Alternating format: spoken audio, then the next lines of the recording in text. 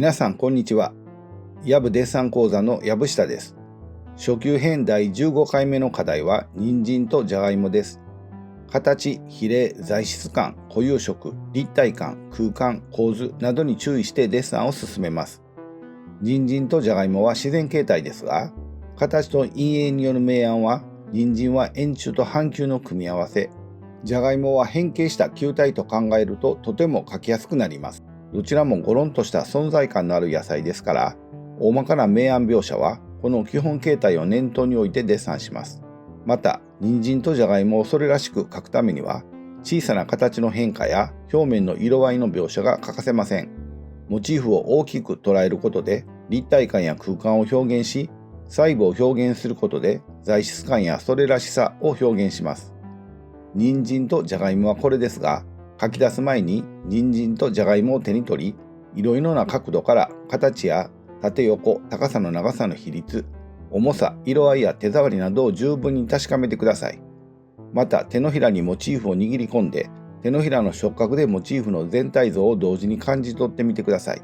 目で見た時にはモチーフの一方向しか見えませんが、こうして全体像を同時に感じるというのは、目で見た時とは違った感覚でモチーフを捉えることができます。ぜひやってみてください。モチーフの形や色や構造や手触り、重さなどを理解している方が確実に良いデッサンが描けると思います。モチーフのことをよく知ることが魅力あるデッサンにつながりますから、これはデッサンを始める前の準備運動みたいなものです。画用紙は八つ切りの大きさ 38cm×27cm と、鉛筆は三菱ユニの 2H から 3B までの濃さの鉛筆を使いました。動画の再生速度は前半は2倍速で、明暗表現の途中から4倍速にしました。必要に応じて再生速度を調節してください。また制作時間は3時間30分でした。自然形態は思いのほかに手強くて、今までで一番時間がかかりました。この動画を最後まで見れば、制作手順、鉛筆の動かし方、練りゴムの使い方などがわかると思いますから、最後まで見てぜひ参考にしてください。動画を見て、なるほど、そうするのかと合点がいけば、それだけ皆さんは上達したことになります。それでは、人参とじゃがいものデッサンを始めましょう。今回はモチーフが2つあります。デッサンが欠けてくると、質感や重さが表現され、全体が下に少し沈んで見えますから、画用紙の上下の縁までの距離 A と B は B の方が長くなるようにします。また、このデッサンの中心は赤丸のあたりにありますから、この中心部分があまり左に偏らないようにします。画用紙の左右の縁とモチーフ同士の間の距離 C、D、E と A と B が同じ長さにならないようにします。これは画用紙の縁とモチーフまでの距離、モチーフ同士の距離が同じになると、そこに発生する空間密度の緊張感が同程度になってしまって、画面が硬くなるような気がするためです。それでは描いていきましょう。まず最初に当たりを取ります。光源は左斜め上にあります。画用紙のどこに描くのか、大体の位置と大きさを薄く描きます。鉛筆を軽く持って筆圧を抑えて薄く描いてください。実際のモチーフより小さくならないように少し大きいくらいがいいです。鉛筆は HB を使っています。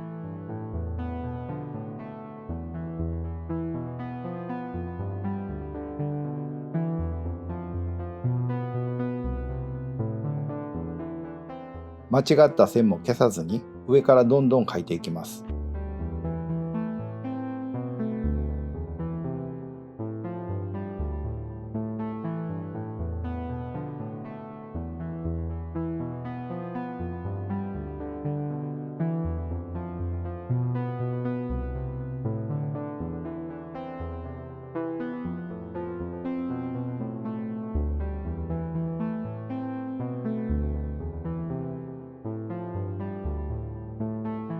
影もモチーフの一部ですから、全体のバランスを考えて人参とじゃがいもの位置を決めます。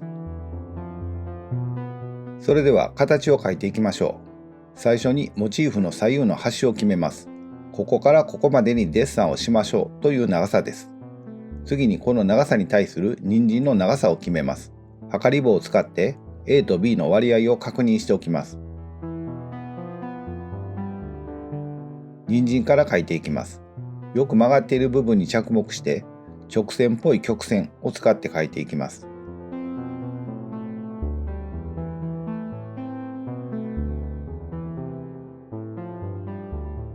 ヘタの部分も大まかな形を描いておきます。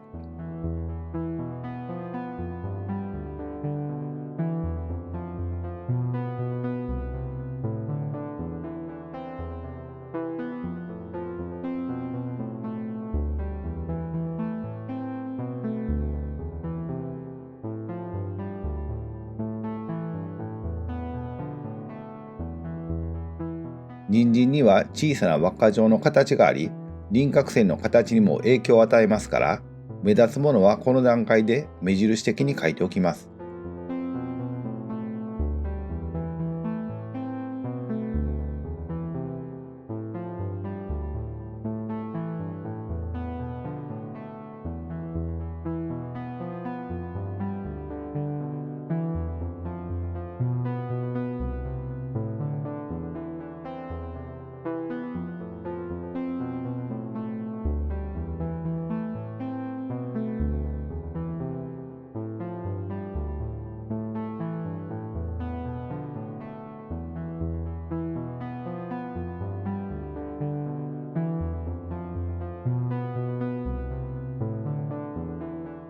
影の形も大まかに描いておきます。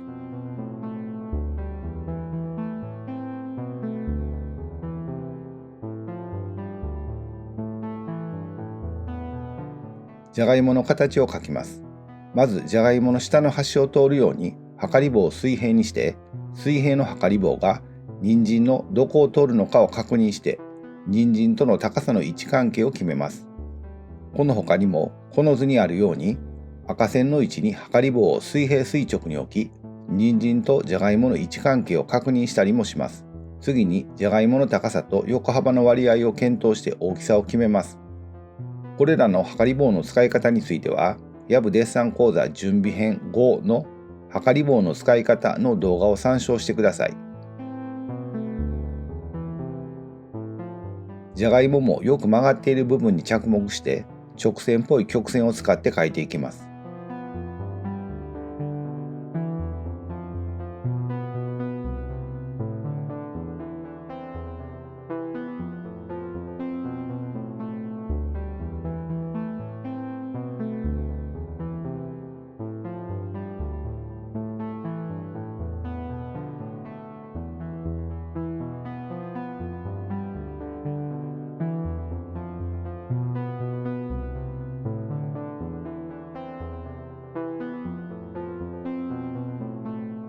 角を落とすように自然な形の輪郭線を描きます。最後に不要な線は消しゴムで消し、濃くなりすぎた線は練りゴムで薄くして、消しカスは跳ねぼうきで払っておきます。これで形は完成です。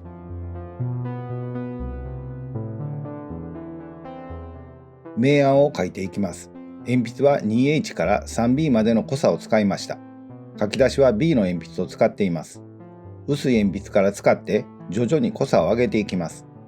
どこから光が来ているのか、光源の位置やモチーフのどこが一番暗くてどこが一番明るいかを確認します。今回はモチーフが2つありますから、明暗の強弱や空間表現については、人参とじゃがいもが別々のものにならないように、2つで1つのモチーフと考えて、常に全体を意識しながらデッサンを進めることが重要です。動画では分かりやすいように、人参とじゃがいもを交互に描いていますが、どちらを描くときも全体の中での強弱の程度を意識しながら描いていきます。まず人参から描き始めます。人参は円柱と半球の組み合わせと考えられますから、横倒しの円柱と考えた時の暗い部分から描き始めます。円柱は接地面の影、反射光、暗い帯、明るい部分と並びますから、それを念頭に置いて横方向の長い線を使ってデッサンをします。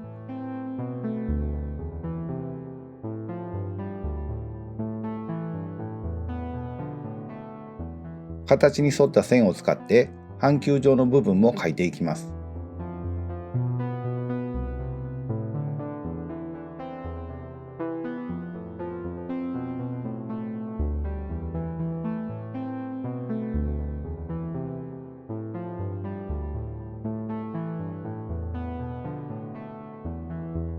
ヘタの部分は人参の中でポイントになる形ですから、他の部分よりもデッサンを先行させて描いていきます。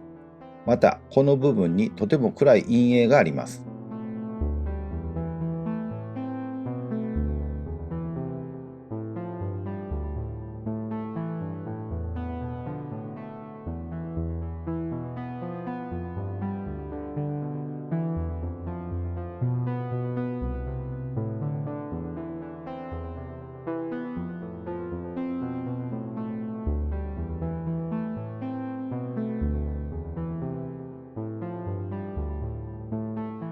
台紙状の影も接地面の濃い影を中心に描いていきます。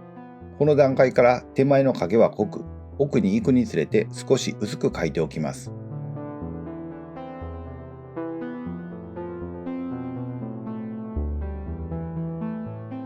じゃがいもは変形した球体と考えられますから、球体の明暗を念頭に置きながら暗い帯から強めていきます。形に沿う方向の線を意識して曲線で描いていきます。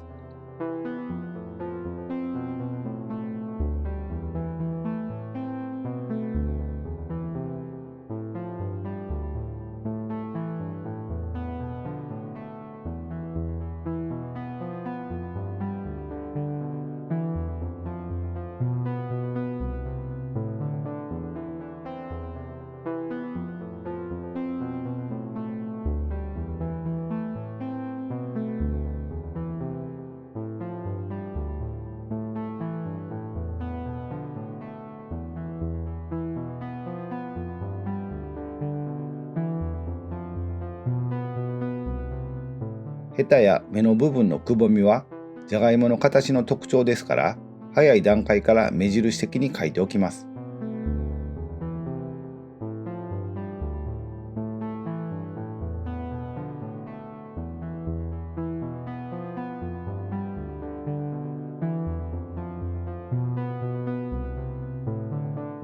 じゃがいもの影も接地面の濃い影を中心にざっくり描いておきます。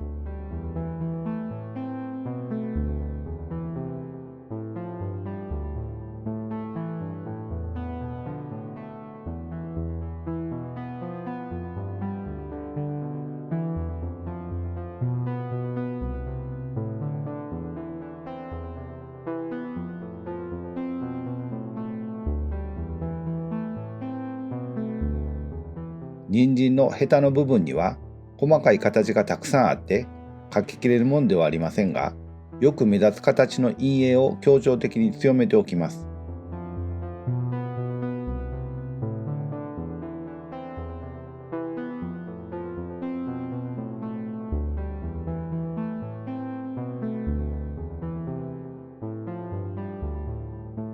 人参の円柱形の形はまっすぐではなく少し変化していますから、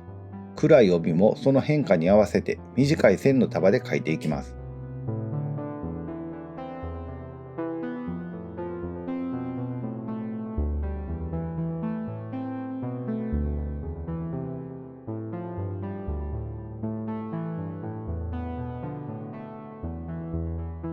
明るい側の面にも線を入れていきます。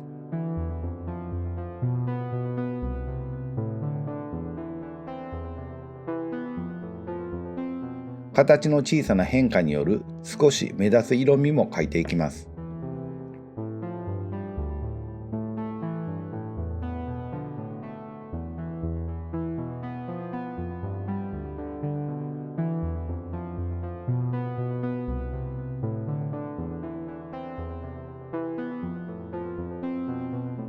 人参を輪切りにした時の断面方向の形に沿う線も描き加えていきます。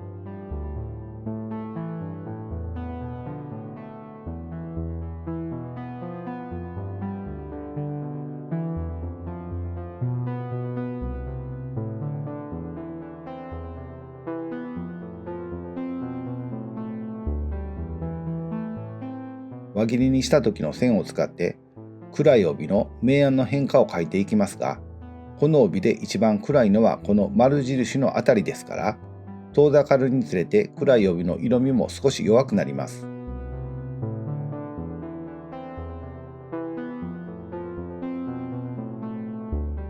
接地面の影の濃さも一本調子ではなく、よく観察して強弱をつけて描きます。台紙上の影は人参と同じ方向の線と水平方向の線を使います。手前は強く濃く、奥に行くほど弱く薄くを忘れないようにします。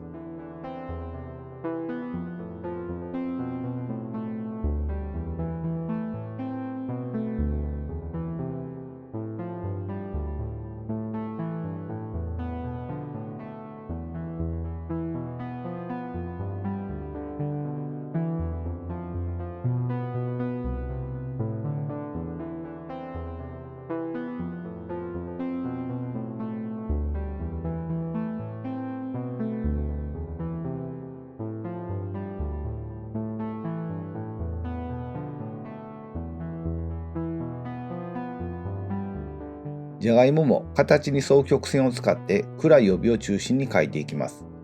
暗い帯の下の反射光や右側の暗さ、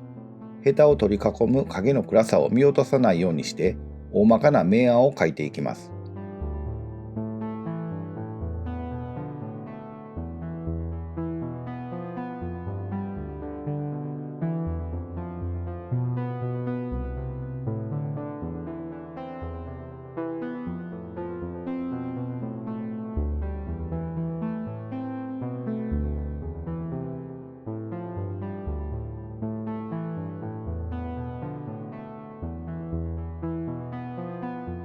じゃがいももヘタの部分のくぼみの暗さを他の部分より先行させて描いておきます。ヘタの上側の反射光も観察します。明るい部分も描いていきますが、曲線を使ってじゃがいもの曲面の変化を追いかけます。また輪郭線付近は向こう側に回り込む形ですから少し弱めて描いておきます。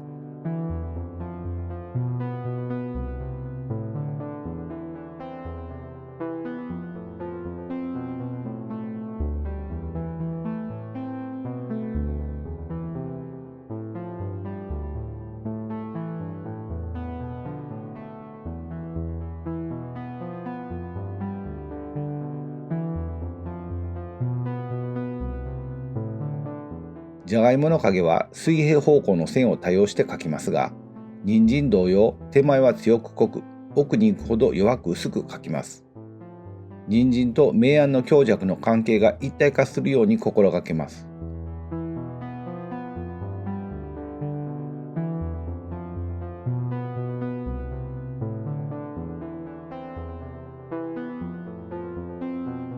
人参の暗い帯と色味の暗い部分の明暗の変化に注意しながら、形に沿う曲線を使って描いています。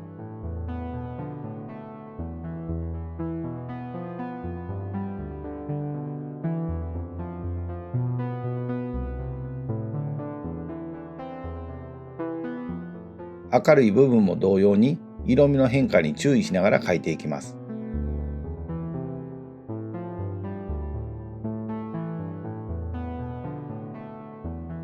相対的にヘタの部分が弱くなってきたので書き込みを強めます。この部分がデッサンの中心になりますから、遅れないように一歩先んじてデッサンを進めます。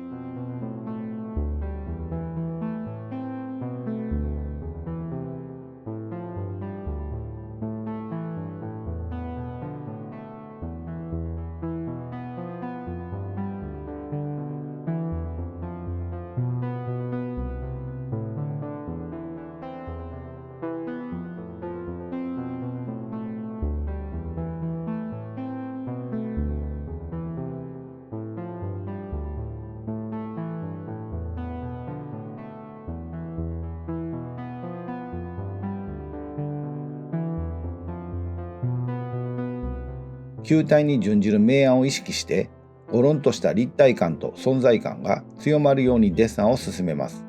暗い帯、その下の反射光、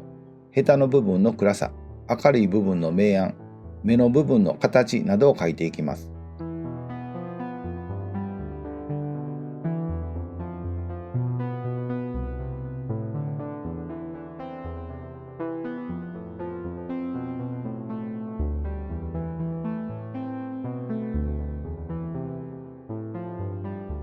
この部分の反射光は上の形の出っ張りとヘタのくぼみを表現する上でとても重要です。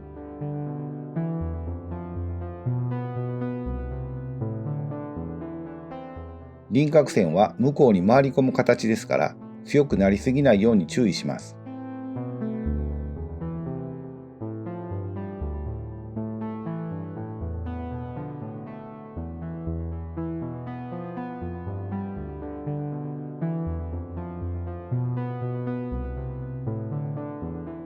今回は影以外の台紙部分にも線を入れて空間を表現しようと思います。また人参に戻ってきて書き込みを強めます。手前は 3B、奥は 2B、明るい部分は B と H の鉛筆を使っています。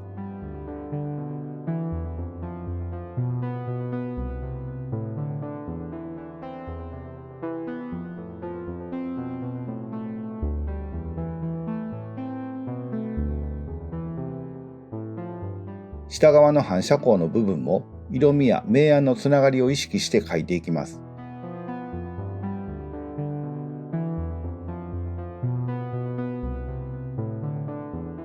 ヘタ付近や明るい側も同様ですが、強く描きすぎないように注意します。描くことに夢中になってはいけませんよ。見ることに夢中になることです。デッサンに不慣れな間はどうしても描くことに集中して見ることがおろそかになりがちです。時々2メートルほど離れたところにデッサンを置いて、モチーフとデッサンをゆっくり見比べてください。距離を置いて見ることで自分のデッサンを客観的に見ることができます。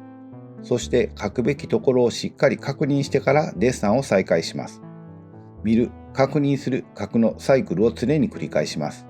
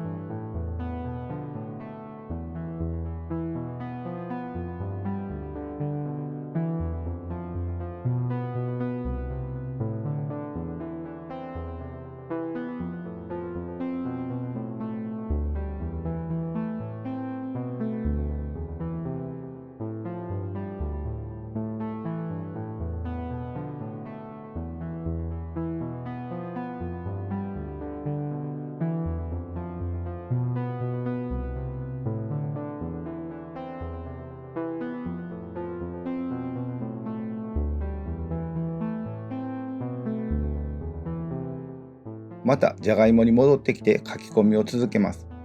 デッサンは常に全体が同じ完成度になるように心がけます。そうすることで、2つのモチーフであっても、1つのモチーフとして全体を意識できるようになります。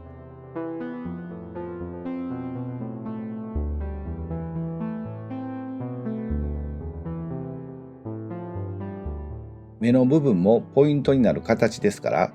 形に沿う曲線を使って小さな形や明暗の変化を描いていきます。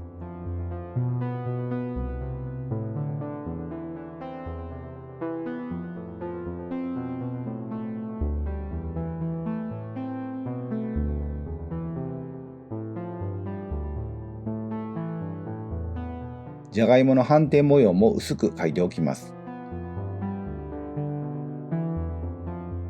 人参の明るい部分や白い筋模様を練りゴムで抜いていきます。薄くする場所に応じて練りゴムの形を変形させてさするようにしたり押し付けたりと使い方を工夫して使います。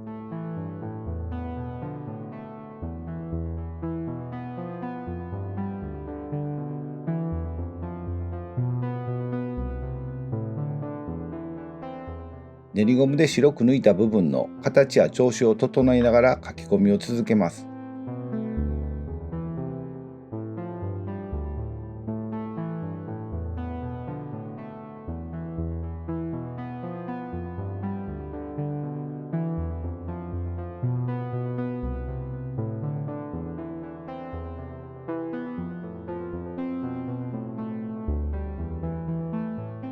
円柱形と半球形の明暗変化が崩れないように、小さな色味や明暗の変化を書き込んでいきます。デッサンは細部を書き込むことで全体の明暗の不備が見えてきたり、また全体の明暗を書くことで細部の描写の不足が見えてきたりします。全体から細部へ、細部から全体へと行きつ戻りつしながらデッサンは進みます。またじゃがいもに戻ってきました。2つで1つのモチーフですから、人参の強さと比較しながら描いていきます。じゃがいものコロンとした立体感を損なわないように注意して、モコモコっとした膨らみを形に沿った曲線で描いていきます。この目の部分はじゃがいもの一つの特徴ですから、小さな形や明暗もしっかり追いかけます。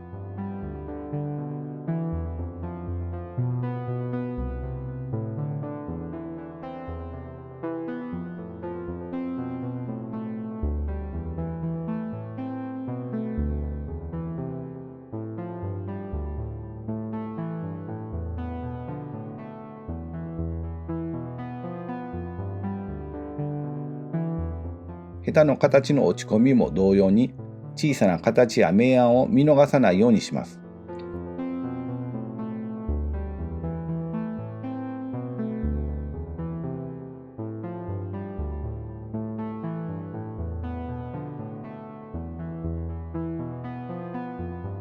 台紙上の影や台紙そのものの表現も、手前と奥の明暗さを意識して空間表現につながるようにデッサンします。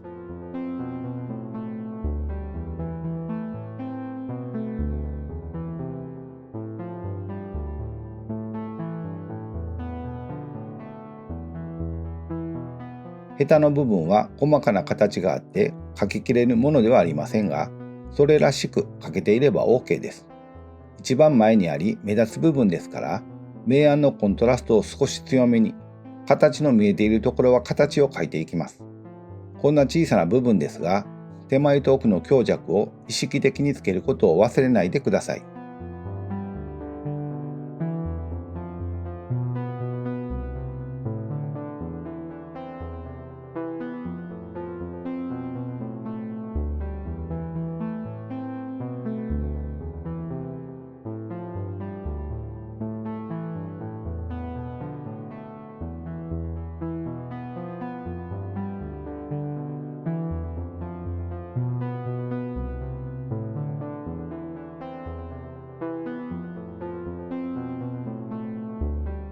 全体の大きな明暗に注意しながら、細部の形や明暗変化を書き込んでいきます。実を言うと、もうこの辺でデッサンを完成にしてもよかったのですが、書いていくうちにどんどんと人参の色味の変化の魅力に引き込まれてしまって、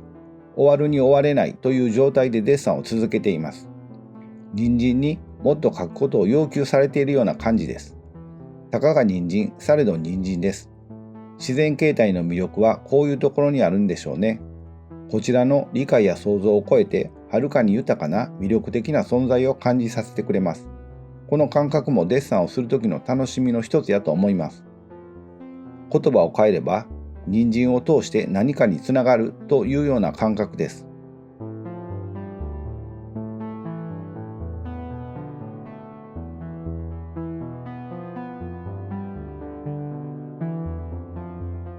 全体の大きな調子の流れから逸脱しないように細部を書き込んでいます。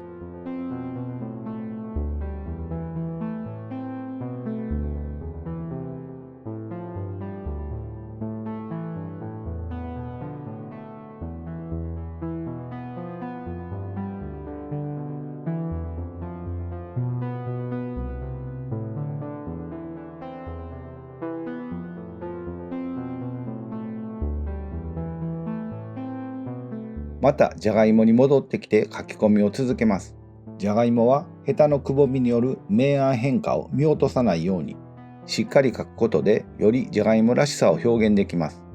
小さな部分ですが、形に沿う方向の曲線を使います。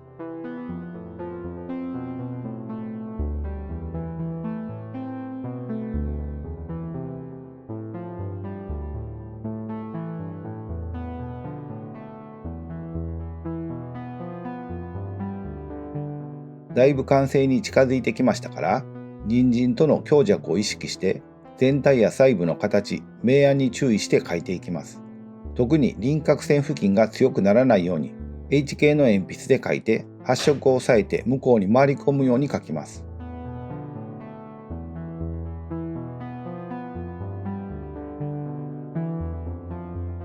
じゃがいもの斑点模様も浮き上がらないように注意して描いていきます。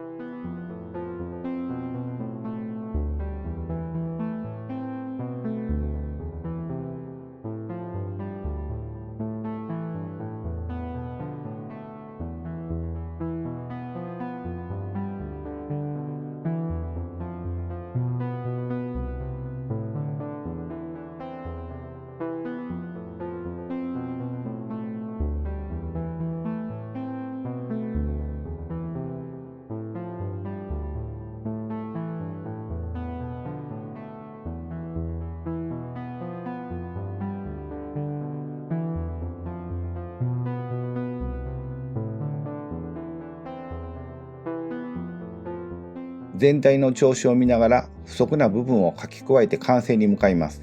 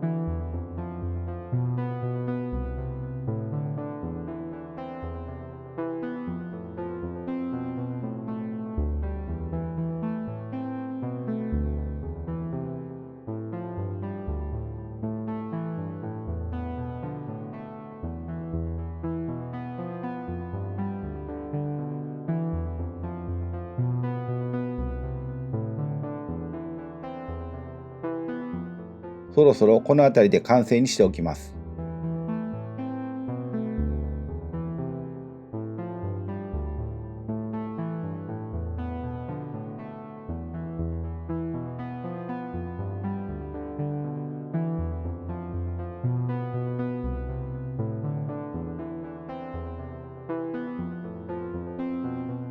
はい、皆さんいかがでしたか？さすがに自然形態は奥深いモチーフですね。藪下もこの講座の今までのデッサンの中で一番時間がかかりましたし、書き応えもありました。何より一番楽しかったです。人参やじゃがいもの形の小さな起伏や微妙な色合いの変化は、見れば見るほど自然の妙を感じさせるものがあります。皆さんはこの動画を最後までご覧になったので、制作手順、鉛筆の動かし方、練りゴムの使い方などがなんとなく分かってもらえたと思います。デッサン上達の近道は、多少の理屈を理解して目で見てデッサンのやり方を覚えてしまい、自分で実際にデッサンをして理解をしっかりしたものにすることです。今度は皆さんが人参とじゃがいものデッサンをぜひしてください。それでは今回の要点をまとめます。1、自然形態は基本形態、立方体、円柱、球体の変形や組み合わせとして形や明暗を考える。2、曲面を持つモチーフは下と影側の反射光や回り込む曲面の描写に注意する。3、モチーフを上から見た時の各モチーフの位置関係を常に意識し、手前と奥の距離を考えて、手前は強く濃くはっきりと描き、奥に行くほど弱く薄くぼんやりと描くことで空間を表現する。台紙上の影も空間表現に活用する。4、モチーフの細部を表現することで材質感やそれらしさを表現する。はい、皆さんお疲れ様でした。人参とじゃがいものデッサンの説明は以上です。次回の初級編第16回は木綿の布のデッサンをします。チャンネル登録、高評価、コメントもお願いしますね。それでは今日はこれでおしまいにします。また次回の動画でお会いしましょう。皆さん、ごきげんよう。